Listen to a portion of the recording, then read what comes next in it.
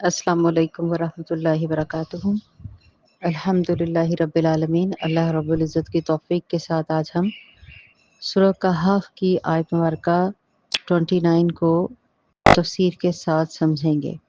تفسیر تو بہت زیادہ ہے، لیکن اس کے اندر جہنم کے عذاب کے جو تذکرے ہیں وہ بیان کرتے ہوئے بھی دل اور روح کانپ جاتی ہے۔ اللہ تعالیٰ مجھے استقامت عطا فرمائے، آمین۔ بسم اللہ الرحمن الرحیم۔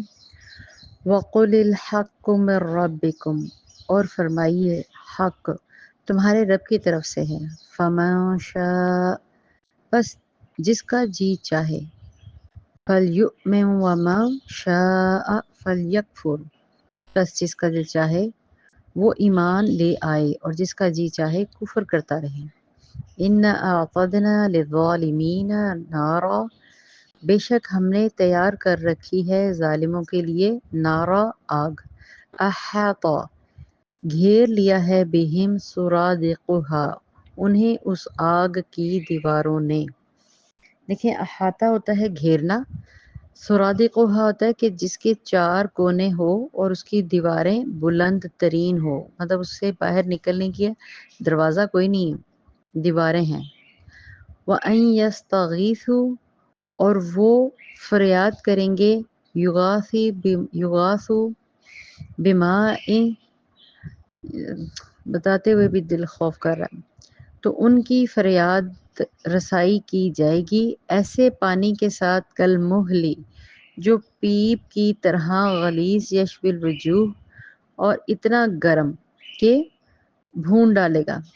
بئس الشراب، اور یہ چہروں کو یہ جو شراب ہے، شراب مطلب پینا، یہ جو مشروب ان کو دیا جائے گا وہ ان کو بھون ڈالے گا، سخت برا ہے۔ بئسا کہتے ہیں برائی کو۔ وساءت، اور کوئی بھی ان کے پاس قرار نہیں ہوگا، مرتفقہ کوئی بھی اس کے لیے ان کو قرار آرام دہ جگہ نہیں ملے گی۔ پچھلی آیات سے اور اس آیات تک جو ہم نے پڑھا اس کو سمجھنے کی کوشش کرتے ہیں انشاءاللہ۔ اصل میں قُلِ الْحَقُّ مِن رَّبِّكُمْ، اللہ تعالیٰ آپ صلی اللہ علیہ وسلم کو یہ حکم دے رہے ہیں، آپ کہہ دیں کہ تمہارے رب سے یہی حق ہے تمہاری طرف، یعنی کہ تم لوگوں نے جو کیا وہ حق کیا تھا؟ قرآن، لیکن تمہارے پروردگار کی طرف سے یہی حق ہے، تو آپ لوگوں کو حکم دیں۔ کیا حکم دیں؟ آپ لوگوں کو حکم دیں، انہیں فرما دیں یہ قرآن جسے میں لے کر آیا تھا تمہارے پاس، جسے مطلب کہ آپ صلی اللہ علیہ وسلم کے ذریعے قرآن پاک نازل کیا گیا نا، وہی انہی پر نازل ہوئی نا، تو انہوں نے انکار کر دیا، تو یہ حق ہے، یہ اس حق کا ذکر ہو رہا ہے۔ وَقُلِ الْحَقُّ مِن رَّبِّكُمْ، تو یہ حق ہے جو میں لے کر آیا تھا تمہارے پاس، وہ تمہارے رب کی طرف سے سچا ہے، جس میں کوئی نہ شبہ ہے نہ شک ہے، اس میں کوئی قطعی جس کو کہتے ہیں نا گنجائش ہی نہیں ہے۔ قرآن کیا ہے؟ حق ہے۔ یہ ابن حاتم کی روایت ہے، اور مختصر یہاں پہ تفسیر میں بھی ہے، ابن کثیر میں بھی ہے، یا آپ کو یہ روایات وہاں سے مل جائیں گی۔ حق سے مراد ہوتا ہے کہ آپ نے کوئی بھی عمل کرنا ہے اس کے ساتھ استقامت اور تقوی کے ساتھ کام کیا جائے۔ ہمیں حق کی پہچان کیسی ہوتی ہے؟ حق رب کی طرف سے آتا ہے، پہلی بات، اپنی طرف سے من گھڑت باتیں نہیں ہوتی۔ پہلی بات یہ ہے کہ اس کے 3 طریقے ہیں جاننے کے، یہ رب کی طرف سے آتا ہے، اور حق کی آخری حد کیا ہے؟ کنفرم سچا ہوتا ہے، لا ریب فیہ۔ دیکھیں قرآن کا آغاز ہی اس سے ہوا ہے۔ پھر تیسرے نمبر پہ کیا آتا ہے؟ حق جو ہے اس میں لوگ خود سے ترمیمیں نہیں کرتے، جو آج ہم لوگوں نے اپنے اپنے مسلک کے مطابق ترمیمیں کر لی ہیں، قرآن کی ہو بہو لائن کو چھوڑ کے اس کے اندر امینڈمنٹس کر لی ہیں۔ یہودیوں نے بھی یہی کیا تھا، اور کفار تو کرتے ہی کرتے تھے کیونکہ وہ تو بھٹکانا چاہتے تھے۔ تو اللہ تعالیٰ نے ہدایت اور گمراہی اور اس کے اندر سعادت مندوں اور پھر بدبختوں کی صفات کو اپنے رسولوں کی زبان سے صاف صاف ہمیشہ واضح کر دیا گیا۔ یہاں پر بھی اللہ تعالیٰ ان کو یہ صاف کلیئر بتا رہے ہیں، فَمَن شَاءَ فَلْيُؤْمِن وَمَن شَاءَ فَلْيَكْفُرْ، پھر جو چاہے سو ایمان لے آئے اور جو چاہے سو وہ کفر میں پڑا رہے۔ یعنی دو راستے ہیں، دو راستوں میں سے آپ، اللہ تعالیٰ نے فرمایا کہ آپ کی اپنی مرضی ہے، آپ اس راستے پہ چلیں، آپ کی مرضی ہے، آپ نہ چلیں، کیونکہ دین میں زور زبردستی نہیں ہے، یاد رکھیں، یہ ہمیشہ یاد رکھیں، دین کے اندر زور زبردستی نہیں ہے۔ اللہ تعالیٰ نے ہر انسان کو خیر اور شر کرنے کا، اختیار کرنے کا، آپ کو معلوم ہے، سب کو آزادی رائے دی ہوئی ہے کہ وہ برے راستے پہ پڑے، مسلمان کے گھر پیدا ہو کر بھی نمازیں نہ پڑھے، مسلمان کے گھر پیدا ہو کر بھی اذان نہ سنے، مسلمانوں کے گھر میں پیدا ہو کر بھی اپنی زندگی اللہ کے احکامات کے اوپر نہ چلائے۔ تو یہ کیا ہو گیا؟ خیر اور شر دونوں کا انتخاب کون کرتا ہے؟ انسان خود۔ سارے لوگ جب ہم دیکھتے ہیں، انڈیا والے ہیں، یہود ہیں، انگریز ہیں، فرانس کے لوگ ہیں، جاپانیز ہیں، دوسرے دوسرے ممالک کے جو یمنی ہیں، مطلب بے شمار دنیا بھری پڑی ہوئی ہے۔ آپ نے دیکھا، ہم میڈیا پہ دیکھتے ہیں وہ مسلمان ہو گیا، اس نے اسلام قبول کر لیا، کیا ان گوروں کو، ان انگریزوں کو ہم سے زیادہ قرآن سمجھ آ گیا جو ہمیں بینگ اے مسلم اپنے اللہ اور اپنے رسول کی باتیں سمجھ نہیں آئی؟ تو وہ ان کا جب حق نظر آتا ہے نا اس انسان کو، وہ حق پر آ جاتا ہے۔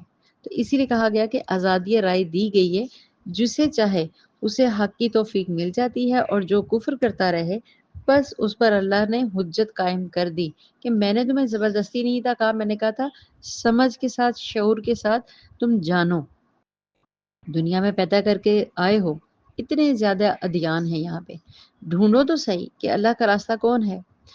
بیسیکلی جو دین ہے، جو دین کے معاملے میں زبردستی کرتے ہیں، وہ زبردستی جائز نہیں۔ آپ کا دل جب اللہ کی طرف مائل ہوتا ہے تو خود بخود انسان اللہ کے راستے کے لیے، اللہ کی خوشنودی حاصل کرنے کے لیے، اللہ کی محبت کے لیے دین کے ساتھ، استقامت کے ساتھ، قرآن کے ساتھ جڑتا چلا جاتا ہے۔ اور پھر ہیلپ کہاں سے لیتے ہیں ہم؟ احادیث سے۔ یہیں پہ دیکھیں سورۃ البقرہ کے اندر 256 آیت، سب لوگ اس آیت مبارکہ سے واقف ہیں۔ لا اکراہ فی الدین قد تبین الرشد من الغی فمن یکفر بالطاغوت ویؤمن باللہ فقد استمسک بالعروۃ الوثقی۔ یہ قرآن پاک کی ایسی آیت ہے، پلیز اس کو خود بہت زیادہ سرچ کیجئے گا۔ یہ ہے ہمارے دین کا نچوڑ، اس دین کا پورا معاملہ، اس کی تفسیر بہت زیادہ ڈیٹیلز میں ہے، خود ذرا سرچ کیجئے گا۔ دین میں، اس کا معنی بتا دیتی ہوں، دین میں کوئی زبردستی نہیں، یقیناً ہدایت گمراہی سے صاف واضح ہو چکی ہے، چنانچہ جو باطل معبود کا انکار کرے، مطلب جو حق باطل کا انکار کرے اور اللہ تعالیٰ پر ایمان لائے، اس نے مضبوط کڑا تھام لیا۔ یہ مضبوط کڑا کیا ہے؟ اس کو سمجھیے گا، ضرور تفسیر سے سرچ کیجیے گا۔ مضبوط کڑا ہے ایمان کا راستہ، اہل ایمان کا راستہ، تقوی کا راستہ، آپ صلی اللہ علیہ وسلم کا قرآن کا راستہ۔ لہٰذا جس نے مضبوط کڑا تھام لیا، جس نے کبھی ٹوٹنا ہی نہیں۔ مضبوط کڑا کون سا ہے؟ دین اسلام کا، حق کا راستہ، جس نے کبھی ٹوٹنا نہیں۔ اور اللہ تعالیٰ سب کچھ جاننے والا، سب کچھ سننے والا ہے۔ سورۃ البقرہ 256 آیت، اس کو تفسیر سے خود سمجھیے گا۔ ابھی ہم سورۃ کہف کی تفسیر کر رہے ہیں۔ لہٰذا کافروں کے لیے جہنم کی آگ تیار کی گئی ہے۔ یہاں پہ یہ آیت دیکھیں، وضاحت آ رہی ہے، اِنَّا أَعْطَدْنَا سُرَادِقُهَا، یقیناً اِنَّا أَعْطَدْنَا لِلظَّالِمِينَ، یقیناً ہم نے ظالموں کے لیے تیار کر رکھی ہے۔ اللہ نے کفر، فسق اور معصیت کے ذریعے ظلم کرنے والوں کو ان کے انجام کے اندر قرآن میں آپ صلی اللہ علیہ وسلم کے ذریعے کلیئر بتا دیا۔ اللہ تعالیٰ نے فرمایا نارن احاط بہم سرادقها، ایسی آگ جس کی لپٹیں انہیں گھیرے میں لیے ہوں گی۔ مطلب شعلے بھڑک رہے ہوں گے، اوپر اوپر تک اس کی لپٹیں ہوں گی، دیوار پھلانگ کر باہر نکل رہی ہوں گی، لیکن اس کا دروازہ کوئی نہیں، جیسے میں نے پہلے سٹارٹ میں آپ کو شاید اس کی تفصیل بتائی ہے۔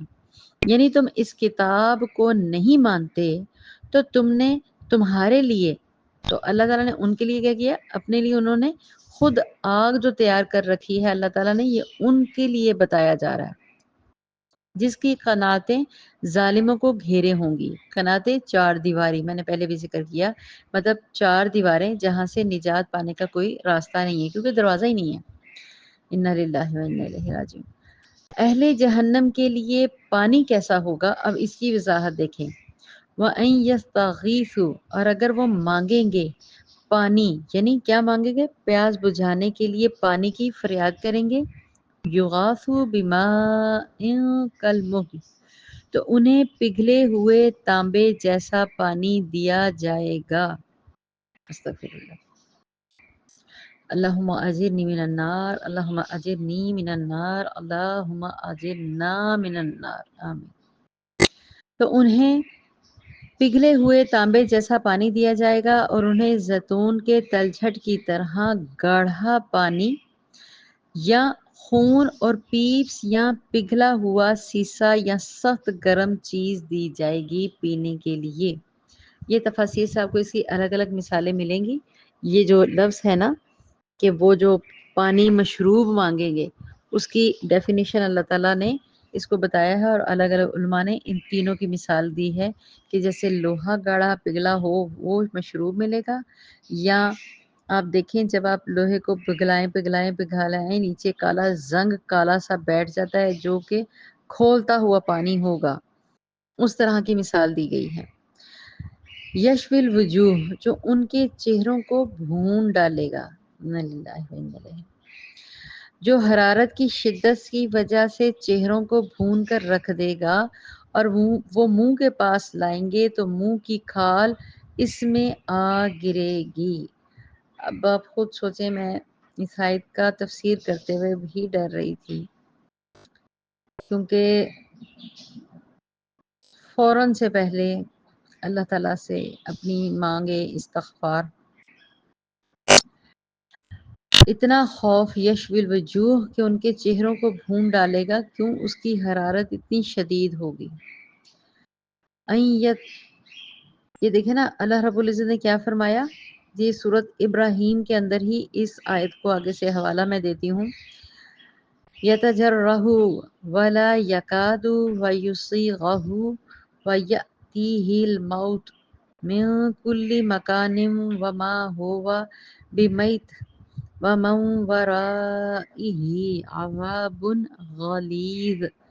غلیظ عذاب، انا للہ و انا وہ اس کا گھونٹ گھونٹ پیے گا لیکن قریب بھی نہ ہوگا، مطلب اس گھونٹ کے اس پانی جو ان کو دیا جائے گا اس کے قریب بھی نہیں ہوگا، تو حلق سے اترے گا ہی نہیں۔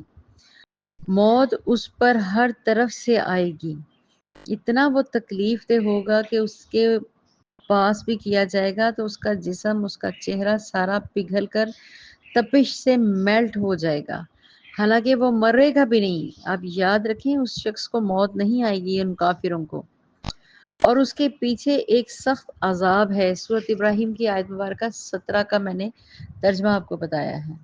اسی طریقے سے سورۃ الحج کی آیت مبارکہ 20 اور 21 کے اندر اسی کفار کے حوالے سے پھر اللہ تعالیٰ نے فرمایا کہ جس سے وہ سب پگھلا دیا جائے گا جو ان کے پیٹوں میں ہوگا، مطلب ان کی آنتڑیاں گل جائیں گی، اگر کوئی ایک نوالا ان کے لبوں سے نیچے چلا بھی جائے گا سکین تو ساری ٹوٹ جائے گی۔ آپ کو پتہ ہے اس کی آپ سکن جلد سب جل جائے گی، لیکن پھر بھی اس کے اندر جان رہے گی، کیونکہ وہ تکلیف ان کو دی جائے گی، وہ ہڈیوں کے اوپر سے اپنا وہ پیئیں گے مشروب، انا للہ و انا الیہ راجعون، وہ پیئیں گے اور ان کی وہ آنتڑیوں کو بھی گھلا سڑا دیں گے، استغفر اللہ، جو ان کے پیٹوں میں ہوگا اس کی کھالیں بھی ان کے لیے لوہوں کے ہتھوڑوں کی طرح ہوں گی۔ یہ سورۃ الحج کی آیت مبارکہ 21 اور 20 کا ترجمہ دیکھیں. میں تفسیروں میں نہیں جا رہی، میں صرف آپ کو آیات بتا رہی ہوں. تو اس کی مثال اسی طریقے سے ابن کثیر میں ہے 266 میں. سیدنا ابن عباس رضی اللہ تعالیٰ عنہ نے ایک بار سونا پگھلایا. جب وہ پانی جیسا ہو گیا اور جوش مارنے لگا، فرمایا محلی. کیا فرمایا؟ محلی. محلی کی مشابہت اس میں ہے، یعنی جہنم کا پانی سیاہ ہے، وہ خود بھی سیاہ ہے جہنم، اور جہنمی بھی سیاہ ہیں. مسند احمد میں کاف، یہاں یہ جو میں نے آپ کو بتائی ہے روایت، مسند احمد میں ہے کافر کے منہ کے پاس جاتے ہی اس کے چہرے کی کھال جھلس کر اس میں آ پڑے گی.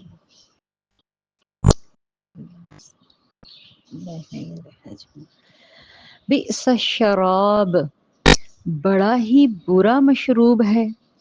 شراب ہے نا پینے والی، بئس برائی کو کہتے ہیں.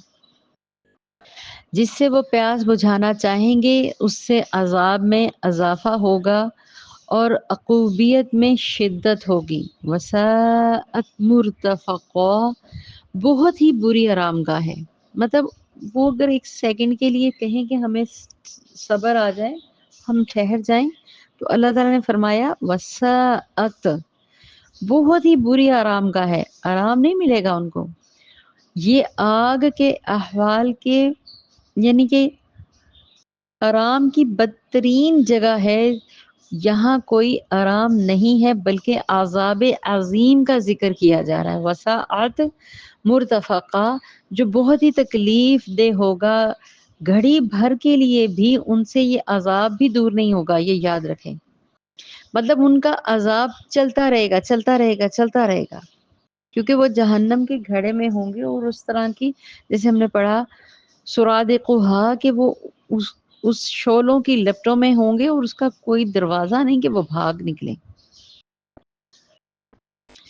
معذرت میری آواز کانپ رہی ہے اور میں مجبوری میں اس لیے تفسیر کی طرف نہیں آتی، میرا دل ڈر جاتا ہے ان چیزوں سے. جو بہت ہی تکلیف دہ ہے، گھڑی بھر کے لیے بھی ان سے عذاب دور نہیں کیا جائے گا اور وہ سخت مایوسی کے عالم میں ہوں گے. وہ ہر بھلائی سے مایوس ہو جائیں گے جس طرح انہوں نے مہربان اللہ تعالی کو دنیا میں فراموش کر دیا تھا. یاد رکھیں اسی طریقے سے اللہ بھی ان کو آخرت میں فراموش کر دیں گے. تفسیر سعدی کی روایت ہے یہ 1516-2. اللہ تعالیٰ نے انجام کا تذکرہ قرآن پاک میں بار بار کیوں دیا؟ کہ دیکھو جو اہل کفر والے ہیں ان کو تو یہ معاملہ چلے گا، کہیں ہم بھی دنیا میں اہل ایمان ہونے کے باوجود انہی کے مشرکوں کے راستے پر تو نہیں چل رہے، کہیں ہم بھی وہ عذاب والا معاملہ تو نہیں لے رہے، کہیں ہم سے بھی غلطیوں سے یہ غلطیاں سرزد تو نہیں ہوتی کہ اللہ خیر کرے. اللہ غفور الرحیم ہے جی، سب کچھ کرے گا. بے شک وہ ہے. ماں بھی جب بچہ بے انتہا تنگ کرے تو اس کو تھپڑ لگاتی ہے کہ سنبھل جا. وہ تو رب ہے، وہ تو رحمان ہے. یہ قرآن ہمارے لیے نصیحت ہے، وصیحت ہے. اس کو دنیا میں سمجھ لیں، کہیں ہم بھی غلطی سے ہمیشہ کے لیے ان عذابوں کا مول نہ لے لیں. اللہ تعالیٰ سب کی کمی بیشیوں کو معاف فرمائے. وآخر دعوانا ان الحمد للہ رب العالمین. السلام علیکم ورحمۃ اللہ وبرکاتہ.